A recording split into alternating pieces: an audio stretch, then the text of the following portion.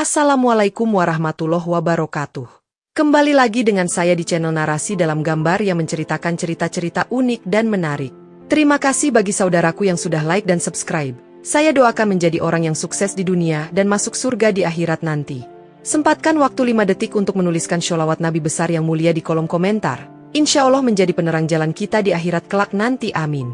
Di sudut kota yang ramai, ada seorang polisi bernama Rahmat. Ia bukan polisi yang jahat, tapi juga bukan polisi yang baik. Sikapnya sering sembrono, suka bercanda kelewatan, dan yang paling parah, ia selalu menggoda rekan-rekannya yang berpuasa saat Ramadan.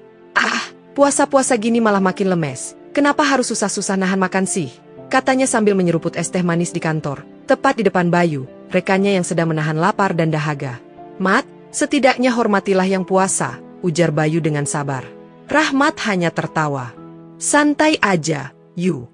Tuhan gak bakal marah kok kalau kita gak puasa. Setiap hari, ia selalu melakukan hal yang sama. Kadang sengaja makan ayam goreng panas di depan teman-temannya, kadang membawa aroma kopi kental ke dalam ruangan.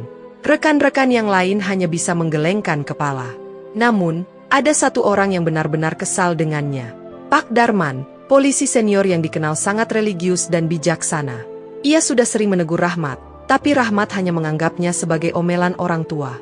Rahmat, ingat, bulan Ramadan itu bulan suci, jangan main-main. Suara Pak Darman terdengar tegas suatu siang. Rahmat hanya nyengir dan melambaikan tangan. Iya, Pak. Saya ngerti kok, katanya, padahal ia tidak benar-benar peduli. Malam itu, sesuatu terjadi. Rahmat pulang ke rumahnya yang kecil di pinggiran kota. Ia merasa lelah, lebih lelah dari biasanya. Badannya panas, tenggorokannya kering, dan kepalanya terasa berat.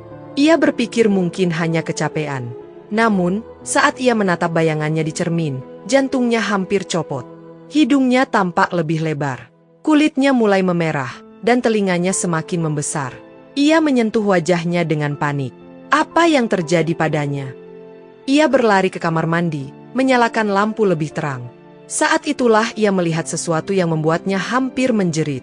Moncong babi. Ia menyentuh wajahnya, berharap ini hanya ilusi. Tapi tidak. Moncongnya benar-benar nyata. Giginya mulai berubah, dan kukunya memendek menjadi seperti kuku seekor babi. Ketakutan merayapi tubuhnya. Ini cuma mimpi. Ini cuma mimpi, bisiknya, mencoba menenangkan diri. Namun, ketika ia mencoba bicara, yang keluar dari mulutnya adalah suara mengerikan, suara dengusan khas babi. Rahmat jatuh terduduk. Jantungnya berdebar-debar, keringat dingin mengalir deras. Ia berusaha berpikir, mencoba mencari penjelasan. Apa ini? Kenapa ini terjadi padanya? Tiba-tiba, ingatannya melayang ke semua kejadian sebelumnya. Semua ejekannya, semua godaannya terhadap orang-orang yang berpuasa, dan semua sikap tak pedulinya terhadap nasihat orang lain. Kutukan. Rahmat menggigil ketakutan. Ia mencoba menghubungi seseorang, siapa saja, tapi tangannya bergetar. Saat ia menyentuh ponsel, kukunya yang sudah berubah menjadi keras membuatnya sulit mengetik. Tidak mungkin. Ini tidak mungkin nyata. Namun, malam itu adalah awal dari mimpi buruk yang tidak berkesudahan. Rahmat mengunci diri di rumah selama berhari-hari. Ia tidak bisa keluar, tidak bisa meminta bantuan. Makanannya semakin menipis, dan ia mulai kehilangan akal. Tiap kali menatap cermin, ia melihat dirinya yang semakin berubah. Hidungnya sudah sepenuhnya menjadi moncong babi. Tangannya berubah menjadi kaki pendek dan berbulu. Ia mencoba berdoa, mencoba menyesali semua perbuatannya. Namun, kata-katanya tercekat, hanya suara dengusan yang keluar. Tuhan, apakah ini hukuman bagiku? Tidak ada yang tahu apa yang terjadi padanya. Polisi lain hanya tahu bahwa Rahmat tiba-tiba menghilang. Beberapa orang mencoba mencarinya, tapi tidak ada tanda-tanda keberadaannya. Suatu malam, seorang tetangga melaporkan mendengar suara aneh dari rumah Rahmat. Suara dengusan babi yang panjang dan menyedihkan. Namun, ketika polisi datang untuk memeriksa, rumah itu kosong. Tidak ada tanda-tanda keberadaan Rahmat. Hanya ada bau anyir yang aneh dan beberapa jejak kaki. Jejak kaki seekor babi. Malam semakin larut, dan rumah Rahmat tetap sunyi. Polisi yang datang untuk memeriksa hanya menemukan ruang tamu yang berantakan dan sisa makanan yang berserakan di lantai. Tidak ada tanda-tanda keberadaan Rahmat, hanya jejak kaki aneh yang bercampur dengan noda kecoklatan di lantai kayu. Jejak kaki seekor babi. Pak Darman, yang ikut dalam pencarian, merasakan bulu kuduknya berdiri. Ada yang tidak beres di sini, gumamnya. Sementara itu, jauh dari sana, di sebuah gang gelap di pinggiran kota, seekor babi besar berjalan tertatih. Mata babi itu basah, seakan sedang menangis. Itu bukan babi biasa. Itu adalah Rahmat. Ia kini telah berubah sepenuhnya. Tubuhnya berbulu kasar, kukunya tebal, dan suaranya tidak lagi bisa membentuk kata-kata manusia. Tapi pikirannya masih sama, ia masih Rahmat, masih memiliki kesadaran seorang manusia. Ia ingin berteriak, ingin menangis meminta tolong. Tapi setiap kali ia mencoba berbicara, hanya suara dengusan babi yang keluar dari mulutnya. Ya Allah, apa yang harus aku lakukan? Batinnya berteriak. Tiap langkah yang ia ambil dipenuhi ketakutan.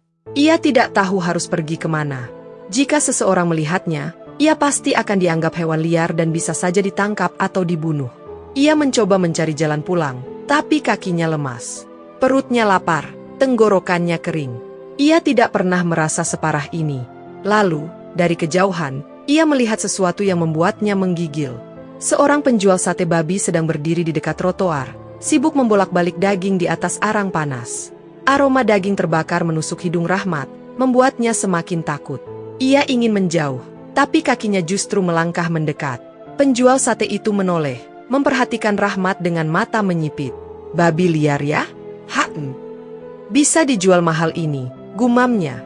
Jantung Rahmat berdegup kencang. Ia mundur perlahan, tapi sang penjual sudah mengambil tali dari dalam warungnya. Hei, babi, sini kau. Dengan refleks, Rahmat berlari sekuat tenaga. Tubuhnya besar dan berat, tapi entah bagaimana, ia bisa berlari cepat. Ia menyelinap ke gang sempit, menyenggol tempat sampah hingga isinya berhamburan. Di belakangnya, suara langkah kaki sang penjual makin mendekat. Berhenti kau. Aku akan menjualmu ke restoran, teriaknya. Tidak, aku bukan babi. Aku manusia. Aku Rahmat. Tapi tidak ada yang bisa mendengarnya. Yang terdengar hanyalah dengusan babi yang ketakutan. Rahmat berlari dan terus berlari, hingga akhirnya ia menemukan sebuah gang buntu.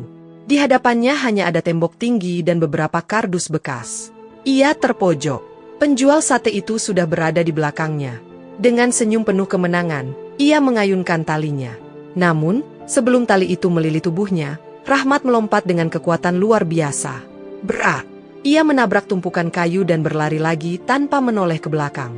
Nafasnya tersengal, jantungnya berdetak seperti hendak meledak. Ia harus mencari bantuan. Ia harus menemukan seseorang yang bisa menyelamatkannya. Lalu, sebuah wajah muncul di benaknya. Pak Darman.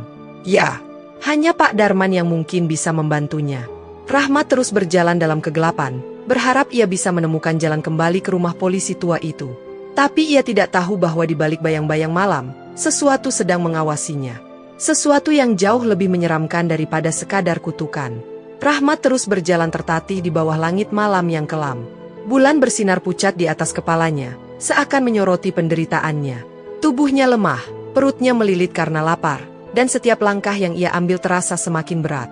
Namun, ia tidak punya pilihan lain. Ia harus menemukan Pak Darman.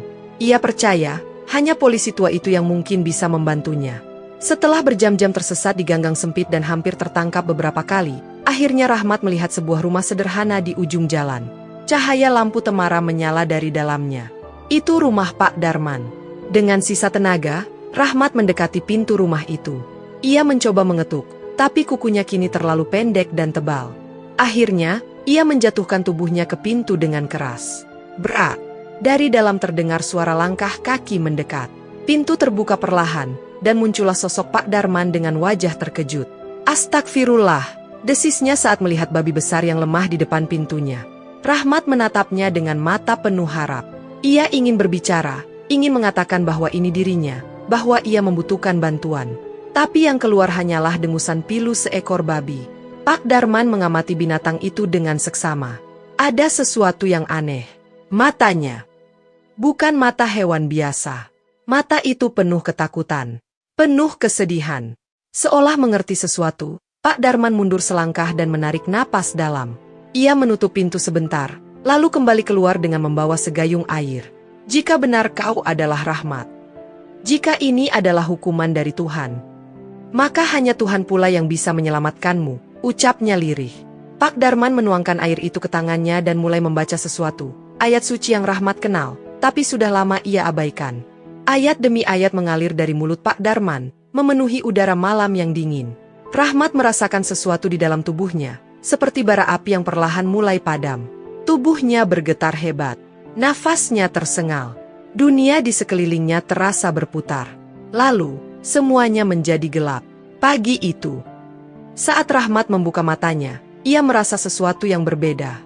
Tangannya bukan lagi kaki babi. Hidungnya bukan lagi moncong.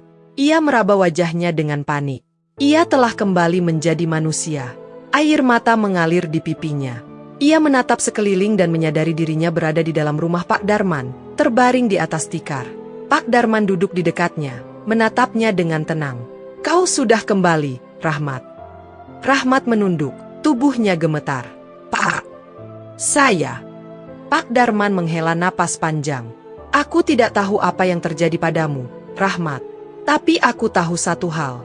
Tuhan telah memberimu kesempatan kedua." Rahmat tidak bisa menahan tangisnya. Semua yang telah ia lakukan selama ini terbayang jelas di benaknya. Kesombongannya, kejahilannya, betapa ia meremehkan ibadah dan menghina orang-orang yang berpuasa. Ia menyesal, sangat menyesal. "Pak, saya ingin berubah." Suaranya parau. Pak Darman tersenyum tipis. "Kalau begitu, mulailah dari sekarang." Rahmat mengangguk mantap. Ia berjanji pada dirinya sendiri, ia tidak akan pernah mengulangi kesalahannya lagi. Ramadan tahun itu menjadi titik balik dalam hidupnya. Ia mulai belajar berpuasa, beribadah, dan lebih menghormati orang lain. Rekan-rekannya di kantor terkejut melihat perubahannya, tapi mereka menerimanya dengan senang hati. Namun, di dalam hati Rahmat, ada satu pertanyaan yang tak pernah terjawab. Apakah semua itu benar-benar terjadi? Atau hanya mimpi buruk yang dikirimkan Tuhan sebagai peringatan? Tapi saat ia berjalan pulang dari kantor suatu malam, ia melihat sesuatu di pinggir jalan. Seekor babi liar berdiri di sana, menatapnya. Dengan mata yang sangat ia kenali. Rahmat membeku. Jantungnya berdetak cepat. Dan dalam sekejap, babi itu menghilang ke dalam gelap. Rahmat berdiri lama di tempat itu, mencoba meyakinkan dirinya bahwa itu hanyalah halusinasi. Tapi dalam hatinya, ia tahu Tuhan telah menunjukkan padanya keajaiban. Dan ia tidak akan pernah melupakannya.